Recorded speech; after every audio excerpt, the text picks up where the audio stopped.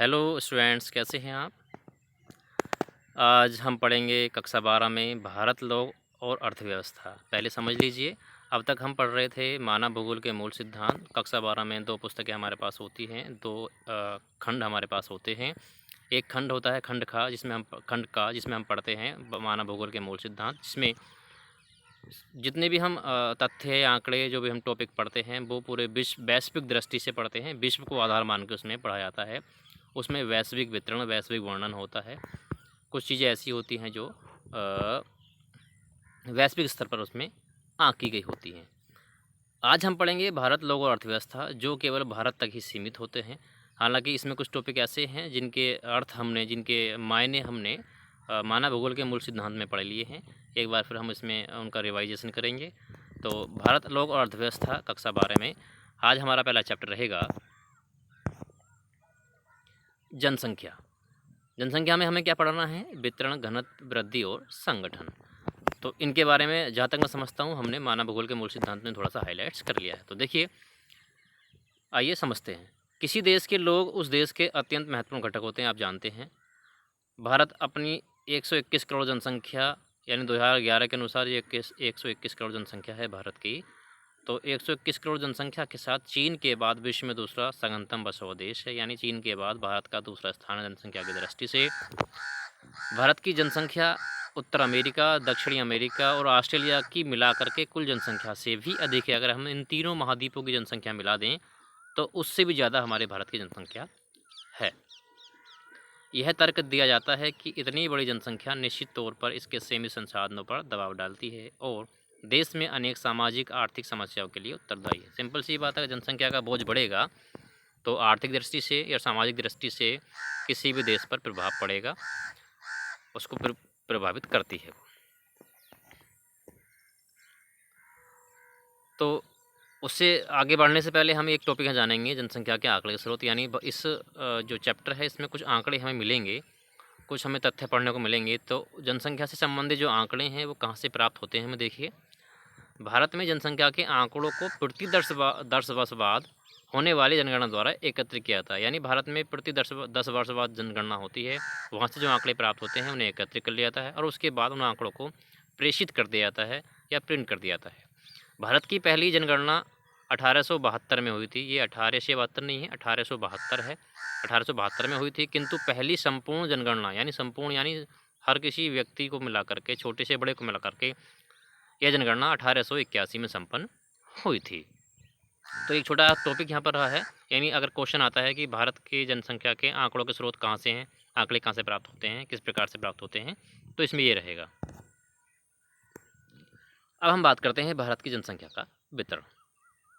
तो देखिए, भारत में जनसंख्या के वितरण का प्रतिरूप अत्यधिक समान है।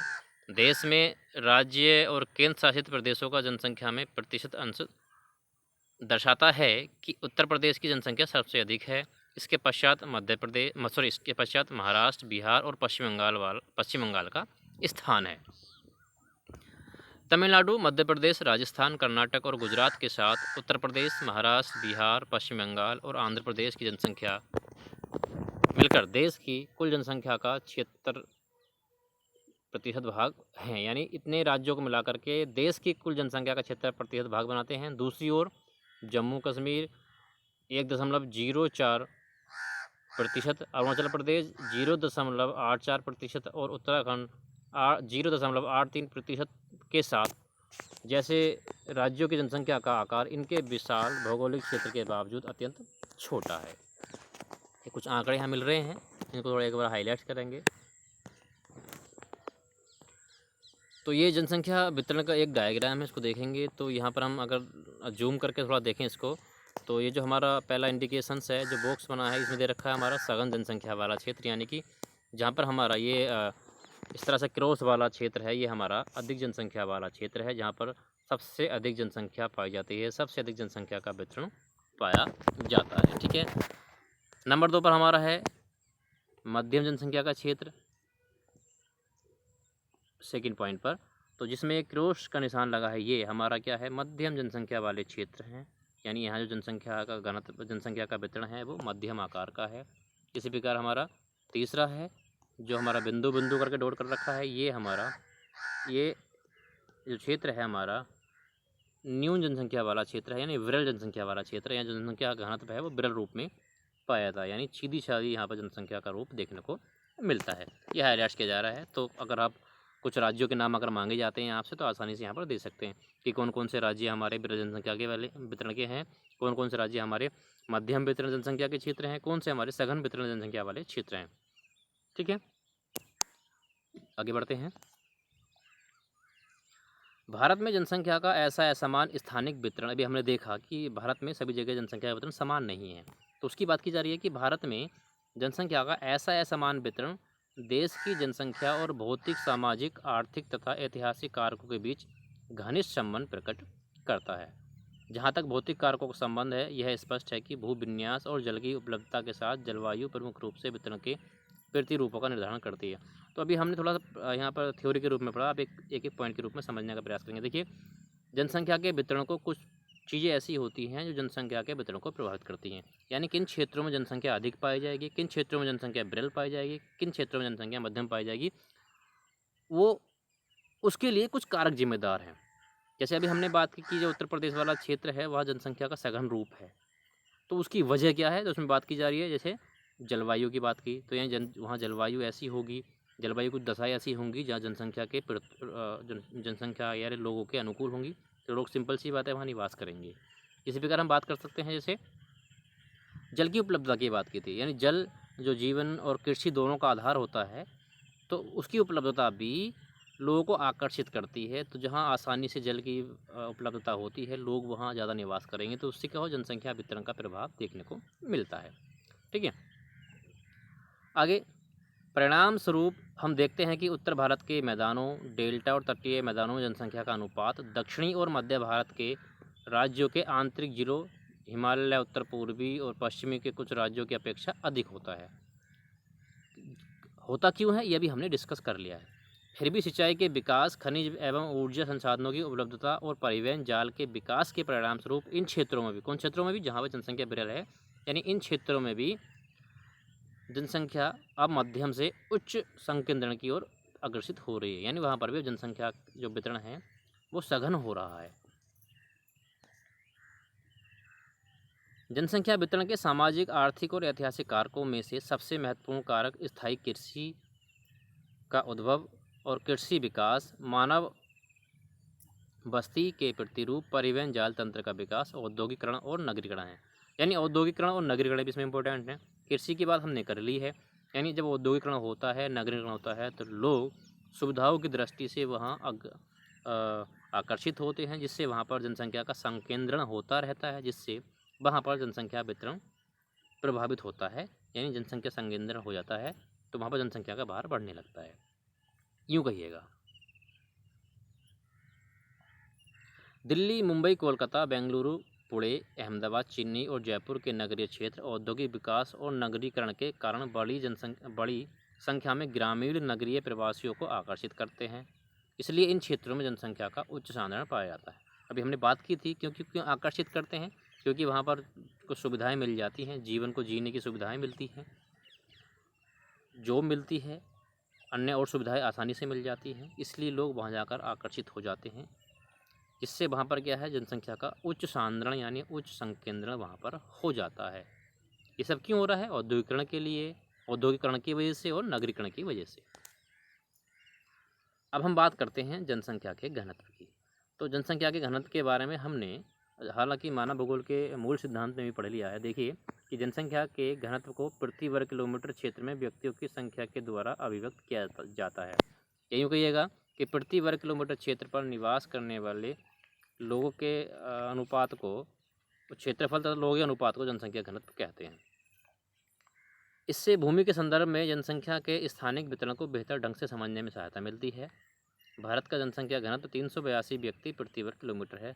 ये है 2000 जनगणना 2011 के अनुसार, यानी जनगणना 2011 में हुई तो उसके अनुसार जो हमारा घनत्व निकल के आया था भारत का, वो 382 प्रति वर्ग किलोमीटर है। 1951 में जनसंख्या घनत्व कितना था, 117 व्यक्ति प्रति वर्ग किलोमीटर था। अब 2011 में बढ़कर 382 व्यक्ति प्रति वर्ग किलोमीटर हो गया है। तो 50 वर्षों का जो औसत निकल के आया है वो 200 व्यक्ति वर्ग किलोमीटर अधिक बढ़ोतरी निकल कर आया है, यानी कि 1951 से 2011 तक 200 व्यक्ति प्रति वर्ग किलोमीटर का जो जनसंख्या घनत्व है वो बढ़ गया है। ठीक है, तो इसको एग्जाम के पॉइंट ऑफ व्यू से भी आप देख सकते हैं। देश में जनसंख्या घनत्व की स्थानिक भिन्नता पाई जाती है। अभी हमने पिछले डायग्राम में भी देखा था और अब भी हम समझने का प्रयास कर रहे हैं कि देश में जनसंख्या घनत्व जो है वो एक समान नहीं पाया जाता, यानी कहीं पर प्रति वर्ग किलोमीटर क्षेत्रफल पर 2 लोग निवास कर रहे हैं सपोज, और किसी क्षेत्र में प्रति वर्ग किलोमीटर क्षेत्रफल पर 1000 लोग निवास कर रहे हैं, और किसी क्षेत्र में और कहीं 1 ही वर्ग किलोमीटर क्षेत्र पर 30,000 लोग निवास भी कर रहे हैं। तो यानी पूरे भारत में जनसंख्या का जो घनत्व है वो समान नहीं है, अलग अलग है, भिन्न है। जैसे देखिए, अरुणाचल प्रदेश में कम से कम 17 व्यक्ति प्रति वर्ग किलोमीटर से लेकर के दिल्ली की राष्ट्रीय राजधानी में 11,397 व्यक्ति प्रति वर्ग किलोमीटर तक है। यानी अरुणाचल प्रदेश एक राज्य है, इसकी बात हम बात कर रहे हैं, वहाँ पर 17 व्यक्ति प्रति वर्ग किलोमीटर का जनसंख्या घनत्व है। लेकिन इसके अपोजिट हम बात कर रहे हैं दिल्ली में, तो दिल्ली जो राष्ट्रीय राजधानी है वहाँ पर 11,297 व्यक्ति प्रति वर्ग किलोमीटर है निवास कर रहे हैं। तो ये जो स्थिति है हमारी जनसंख्या के असमान वितरण को, जनसंख्या घनत्व के असमान वितरण को यानी स्थानिक भिन्नता को दर्शा रही है। उत्तरी भारत के राज्यों बिहार में 1102, पश्चिमी बंगाल में 1029, उत्तर प्रदेश में 829, अभी जो वर्तमान की बात कर रहे हैं, सॉरी पहले रहा होगा, और जनसंख्या घनत्व उच्चतर है। जबकि प्रायद्वीपीय भारत के राज्यों में केरल 859, तमिलनाडु 555 में उच्चतर घनत्व पाया जाता है। असम, गुजरात, आंध्र प्रदेश, हरियाणा, झारखंड, उड़ीसा में मध्यम घनत्व पाया जाता है। हिमालय प्रदेश के पर्वतीय राज्यों और असम को छोड़कर भारत के उत्तर पूर्वी राज्यों में अपेक्षाकृत निम्न घनत्व पाया जाता है, जबकि अंडमान और निकोबार द्वीप समूह को छोड़कर केंद्र शासित प्रदेशों में जनसंख्या के उच्च घनत्व पाए जाते हैं।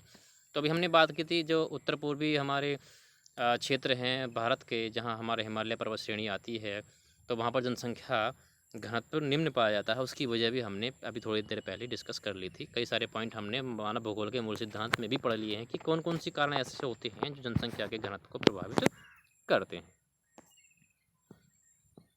ये एक डायग्राम है। अब इसके लिए आप समझने के लिए देखो, जो सबसे पहले टेबल देखेंगे जो 0 से 184 व्यक्ति प्रति वर्ग किलोमीटर वाला क्षेत्र है, तो जहाँ पर हमारा वाइट स्पॉट है ये बहुत ही कम घनत्व वाले क्षेत्र हैं। इसी प्रकार हमारे घनत्व का जो क्रम है बढ़ता जाता है, जैसे हमारा डार्कनेस बढ़ती जा रही है वैसे वैसे उन क्षेत्रों में हम हाईलाइट कर सकते हैं कि जनसंख्या का घनत्व बढ़ता जा रहा है। तो इसको आप हाईलाइट्स कर सकते हैं, एक बार ध्यान देखिए, और एक बार मैं इसको जूम करके दिखा देता हूँ एक बार।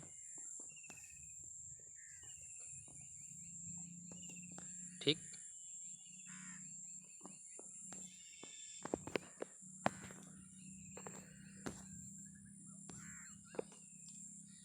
तो ये हमारा था भारत का जनसंख्या घनत्व। अभी हमने जाना जनसंख्या घनत्व के बारे में और उसके साथ साथ जाना हमने जनसंख्या वितरण के बारे में। अगली वीडियो में हम आगे के टॉपिक लेकर के आएंगे। तब तक के लिए इन टॉपिकों को, इस वीडियो को ध्यान से देखिएगा, इन टॉपिकों को समझने का प्रयास कीजिएगा। कोई समझ नहीं आता है तो बार बार वीडियो को पॉज करके देखा करें और कोशिश करें कि हाथों हाथ जो समझते हुए लिखें, जिससे आपके नोट्स भी तैयार होते रहें। तो मिलते हैं अगली वीडियो में, तब तक के लिए जय हिंद, जय भारत।